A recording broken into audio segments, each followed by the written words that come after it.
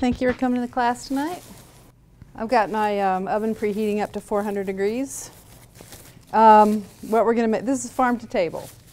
And this is in a series of culinary classes. And so throughout the summer and into the fall, the last class of the season will be farm to table. And it's pretty much what's seasonal, what I can find down in the store. So tonight we're doing a fun little twist on Texas caviar, and that's the very first one. The menu says mountain caviar. The recipe says Mississippi caviar. It's mountain caviar versus Texas caviar because we're using saltines as a dipping medium versus corn chips, which is what they use in Texas. But we're going to be starting with the caviar, the mountain caviar, and of course it has no fish in it. It's all just black-eyed peas. And hey, and grab you yay! Somebody already grabbed one for you. A recipe. The recipe was developed by this woman, Helen Corbett, back in the 1940s, and she was a New Yorker. She was from New York City, and she moved down to Texas, and she was the executive director of the Zodiac restaurant in Neiman Marcus in Houston. And this particular recipe she developed, and it's lots of fun. And she served it actually at New Year's Eve in Dallas, and it was a screaming success, and it's been around ever since. Everyone has their own different take on it, but it's still basically just garden vegetables and field peas and a vinaigrette. And so that's what we're doing, and that's what we'll be doing first. The second recipe we'll be making is the rubbed strip steaks with a Bloody Mary tomato salad. And that's what I'm doing tonight because this grill's awful.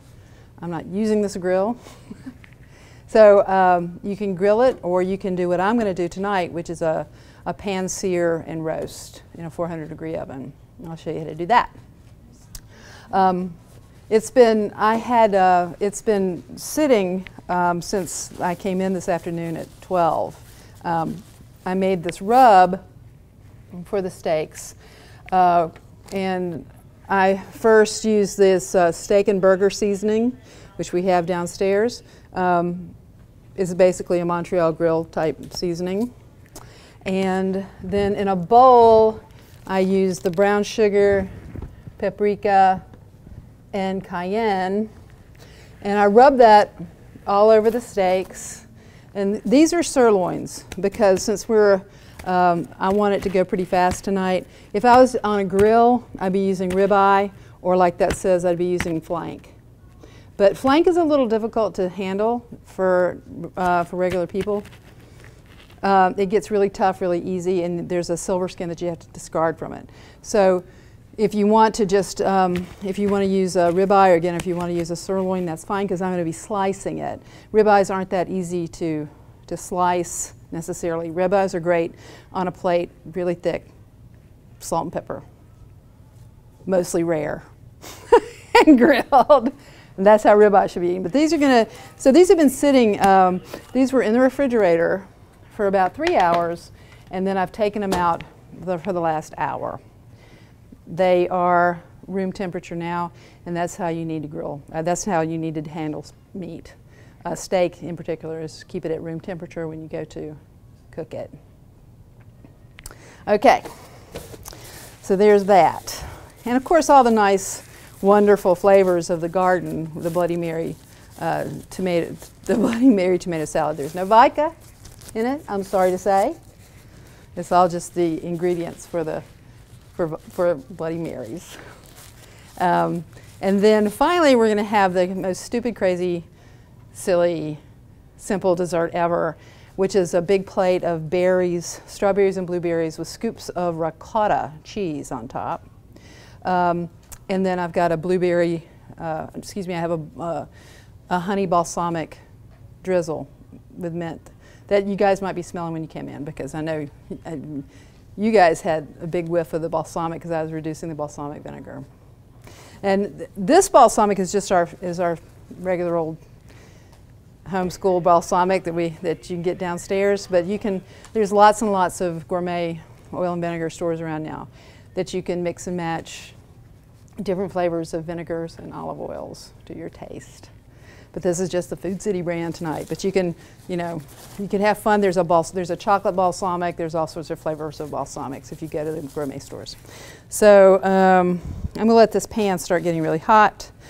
I've got it on 6 right now, and I'm going to go ahead and make the mountain caviar. Since that one takes a while to sort of meld together. You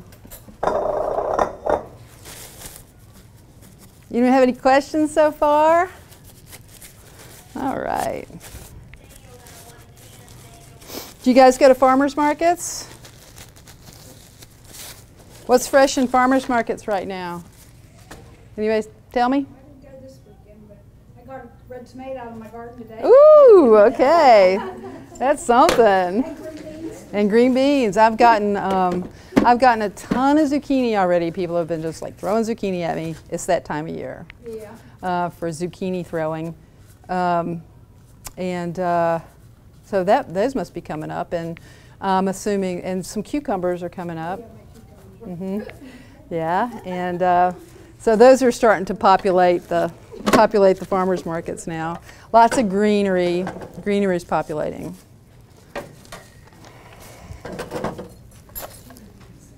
Lots of you guys haven't been here before, but this is actually a new food processor. The one that I was using was like the one that was downstairs. It finally passed away. It was the saddest looking train wreck of a processor ever. So they finally got a new one. Yay. Okay. It was embarrassing. All right, so these are the ingredients for the Mississippi caviar, or the mountain caviar tonight.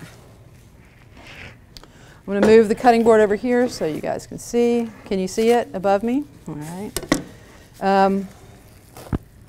I'm going to show you how to butcher a red pepper.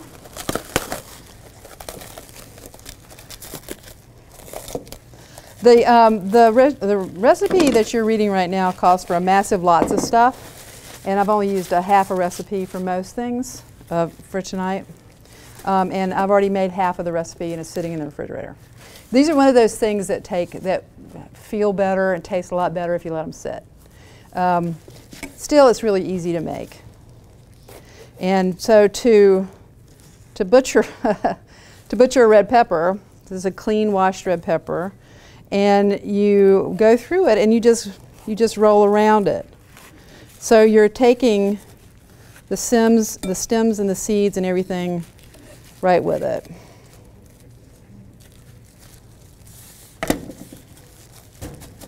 There's really not much left in the red pepper.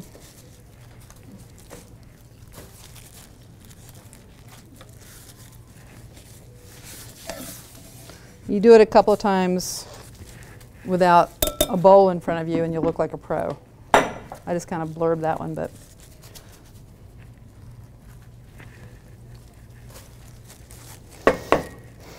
And then I'm going to put it through the food processor. So since I'm going to put it through the food processor, I'm going to chop it, but I'm not going to, it doesn't need to be really pretty. And what I like to do with this particular recipe is I like to put some of it through the food processor and some of it not, and just fold some in at the end. So you can see the chunks of green pepper, the red pepper, the beans. I think that's important.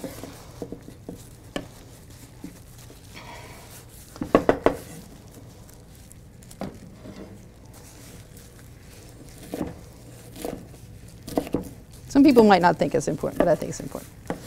Okay, so I'm going to put some of the red pepper in the food processor, and I'm just going to chunk up the remainder.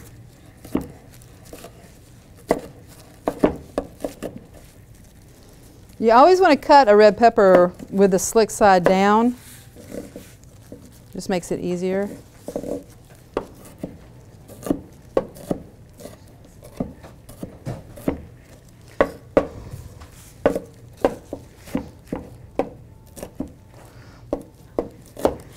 You didn't miss a thing. Did you get your recipes right behind you?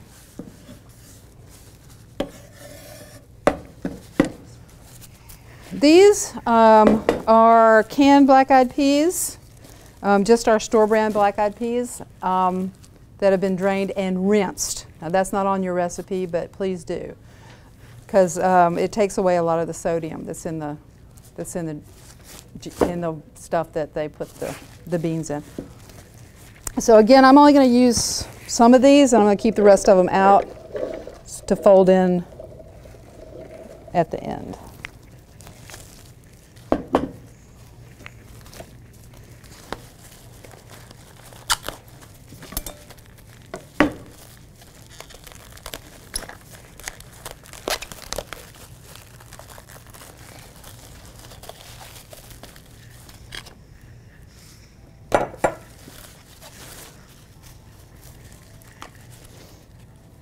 Onion.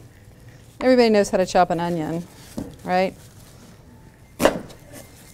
That's just saying my oven's ready.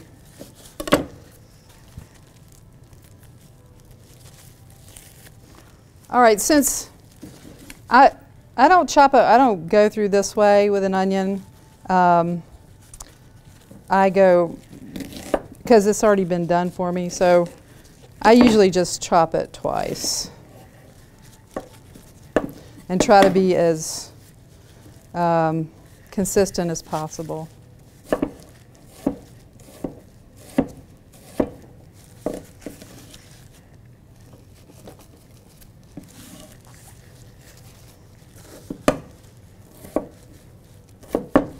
And for this I am going to put all this onion in. Again, this is half the recipe, the other half's already in the fridge. This is a jalapeno. I've only put half of the jalapeno in because I tasted it and it's hot. So, and whenever I put jalapenos in a dish, I always taste a little bit raw first, just to see if I can tolerate it. If I can't tolerate it, then I put in like half of what the recipe calls for. They change every time. So I'm going to put a little jalapeno in. This is my garlic I've already chopped, or roughly chopped. Okay. And this is green pepper.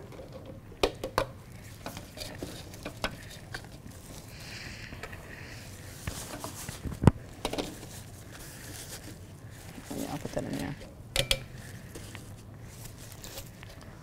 Now, the other cool thing about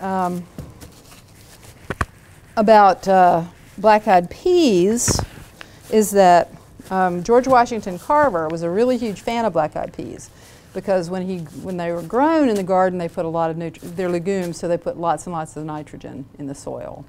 Really good, much better than the stuff that you can get now at the garden centers, which is actually made out of the same stuff. They were what was it? Bombs. World War II, it was the what was left over from bomb making material. Yum, so tasty. Okay, basil.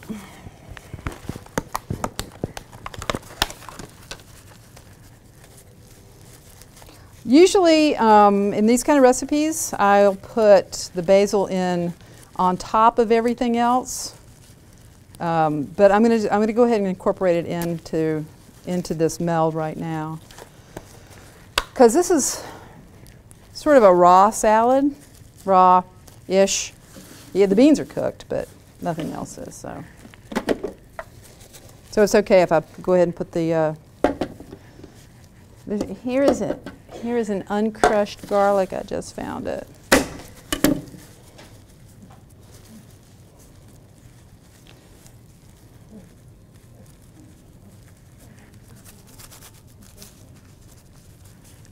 I think the store music is still playing. I usually turn those off. All right, make noise.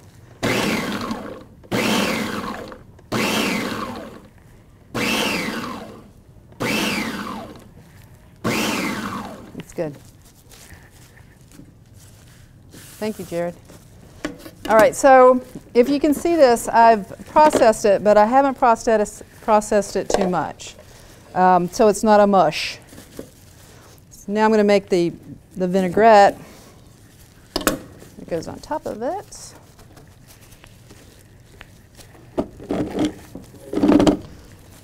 My new food processor. I have to be very delicate with it so I don't hurt it.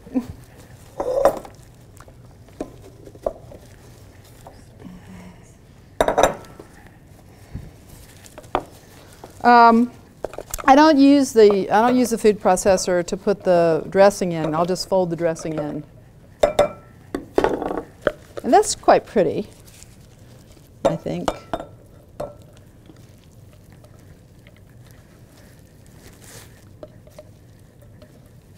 This is a wonderful appetizer to take to parties. People that say, ooh, black-eyed peas, will actually change their mind a little bit, I think. Strangely enough, I haven't found any seeds in these limes yet. I don't know what's wrong with them.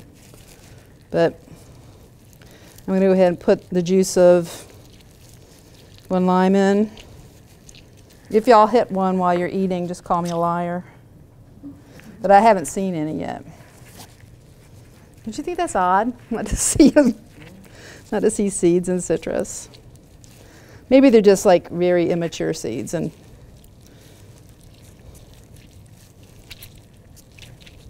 maybe it's just like a mule lime. Sort of sterile. Okay.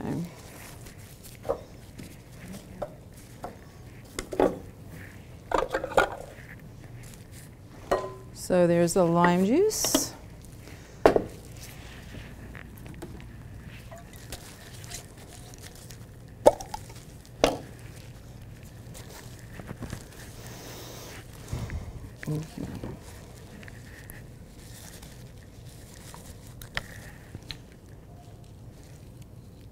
Olive oil, bless you. Red wine vinegar. Tell me if I'm missing anything. Dijon mustard. This is Dijon.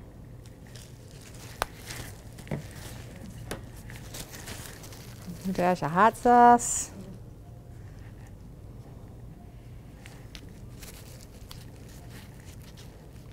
Did I miss anything? Ta-da.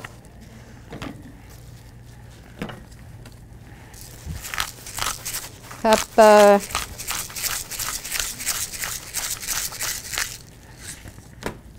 And salt.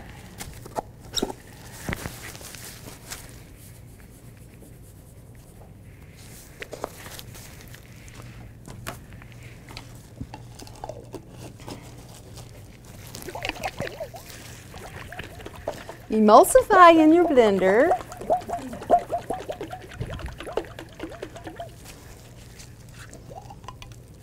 That's nice. It's nice and creamy.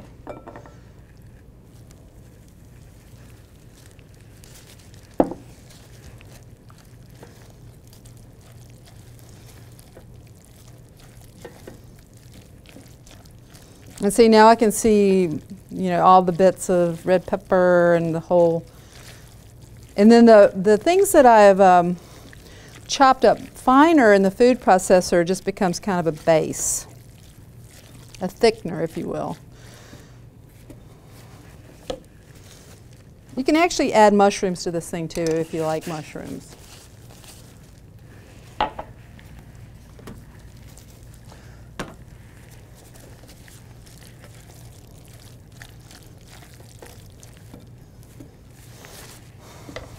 And I think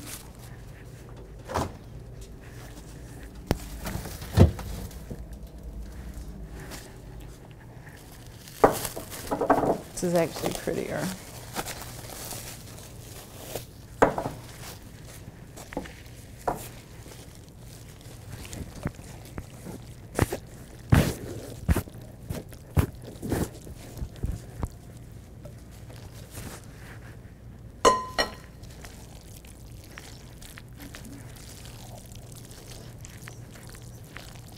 So as you can see, this is a pretty inexpensive, and you can feed a lot of people with it. If you kind of sneak up on them with it. Not let them know it's black-eyed peas. But then you go, oh, it's black-eyed peas, and they go, oh, how wonderful.